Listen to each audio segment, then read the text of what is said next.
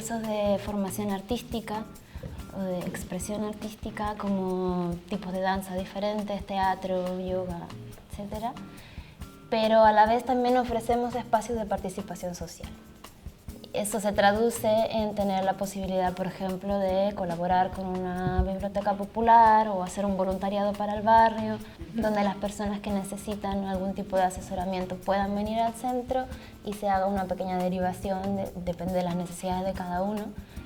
Y también se hace un acompañamiento a nivel emocional, ocupando los talleres que tenemos de expresión artística para poder ir desarrollando también estrategias que luego lo que salga de allí, una performance o algo plástico, por ejemplo, puede ayudar a que luego lo transmitamos a los vecinos nuevamente y así invitarlos a través a participar y sea un circuito que no acabe.